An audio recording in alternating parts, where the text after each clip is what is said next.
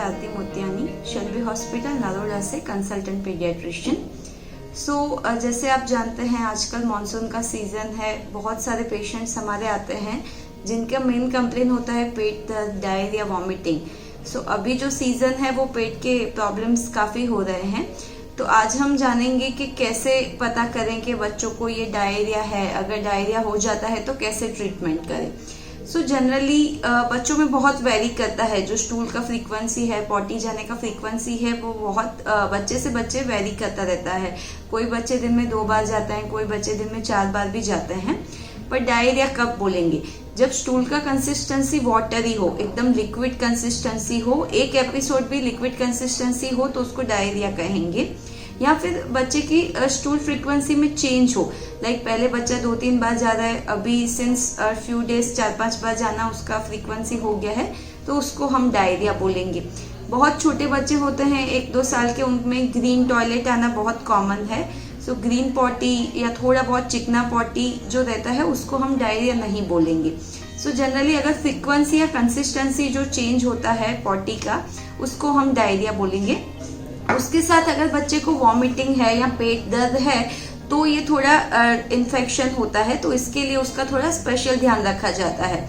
Generally हमारा ये tendency होता है कि बच्चा बीमार है, उसको डायरिया हो रखा है तो उसका खाना पीना बंद करवा दे, पर ये बिल्कुल गलत बात है। जनरली जैसे बच्चा सिक होता है उसको रिकवरी के लिए ज़्यादा इम्यूनिटी की ज़रूरत होती है, उसके लिए उसका खाना रूटीन से थोड़ा बहुत ज़्यादा भी होगा तो भी अच्छा रहेगा। ये एक एडवाइस है कि कभी भी डायरिया में बच्चे का रूटीन डाइट बंद मत करें। जो छोटे बच्चे ब्रेस्ट फीडिंग पे हैं उनका ब्रेस्ट फीडिंग कंटिन्यू रखें। जो डाइट घर का उबला हुआ गर्म खाना खाना है वो कंटिन्यू रखें। दही का उपयोग ज्यादा मात्रा में करें। अगर बच्चे को दूध बहुत ज्यादा लेने की आदत है तो दूध में पोहा डाल के, दूध में चावल डाल के खीर बना के खिलाएं। ये रहा बच्चे के खाने का ध्यान। दूसरा मेन टेंशन जो हमें रहता है डायरिया के पेशेंट्स में, वो रिस्क है डिहाइड्रेशन का। डिहाइड्रेशन का मतलब है शरीर में पानी कम हो जाना। ये बहुत डेंजरस है। पहले तो बच्चों में डायरिया के रिलेटेड डेथ जो होता था वो डिहाइड्रेशन की वजह से होता था, तो उसको कैसे प्रिवेंट करें? उसके लिए एक बेस्ट चीज है, वो बोलते हैं ORS, उसका नाम है ओरल रिहाइड्रेशन सॉल्यूशन। वो आपको ओवर द काउंटर ड्रग है, मतलब प्रिस्क्रिप्शन के बिना कोई भी मेडिकल स्टोर से आपको मिल जाएगा। वो एक पाउडर का सैशेट आता है। 1 लीटर का बड़ा सैशे और 200 ml का छोटा सैशे आता है। जो सैशे आपने खरीदा है वो पूरा पैकेट आपको डालना है 1 लीटर या 200 ml पानी, जिस हिसाब से आप लेते हैं। बड़ा पैकेट तो 1 लीटर, छोटा पैकेट तो 200 ml पानी में मिला के एक साथ ही बना के रखना है।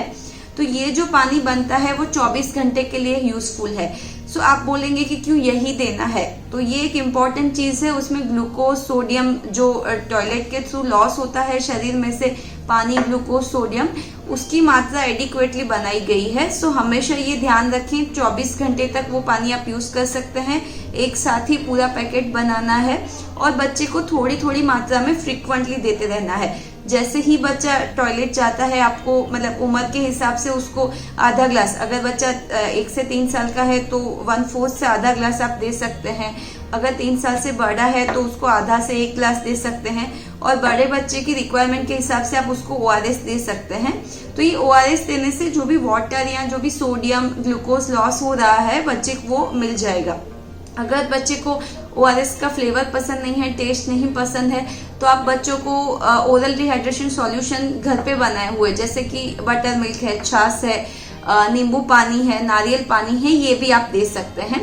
पर बच्चे को अगर बहुत ज्यादा डायरिया हो रखा है तो शुगरी सिरप, जो कैंड जूस आते हैं, फ्रेश जूस आते हैं, वो भी अवॉइड कीजिए। कैफिनेटेड ड्रिंक जैसे टी है, कॉफी है, वो भी आप अवॉइड कीजिए।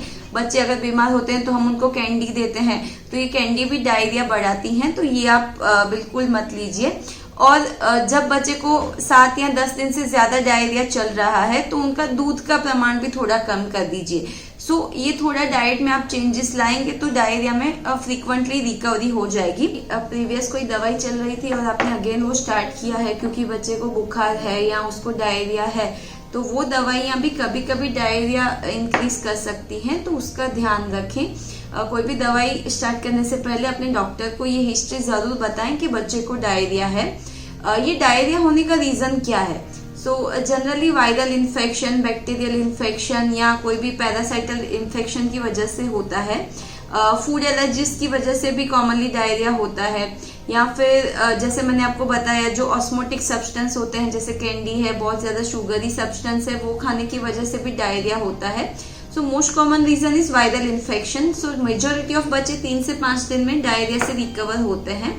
पर अगर वो डायरिया परसिस्टेंट है या फिर डायरिया के साथ बच्चे का यूरिन कम हो गया है, बच्चे को सर्दी खांसी बुखार है, या फिर बच्चे को यूरिन जाने के टाइम पे पेन हो रहा है, या फिर बहुत ज्यादा वॉमिटिंग हो रखी है, बच्चा कुछ भी खा पी नहीं रहा है, छोटा बच्चा ब्रेस्ट फीडिंग नहीं ले पा रहा है, बच्चे को बहुत ज्यादा सुस्ती आ गई है, उसके हाथ पांव ठंडे पड़ रहे हैं, तो ये एक अर्ली साइंस है कि बच्चे को डिहाइड्रेशन हो रहा है। तो इन केसेस में हॉस्पिटल का कांटेक्ट इमीडिएटली करें। Thank you.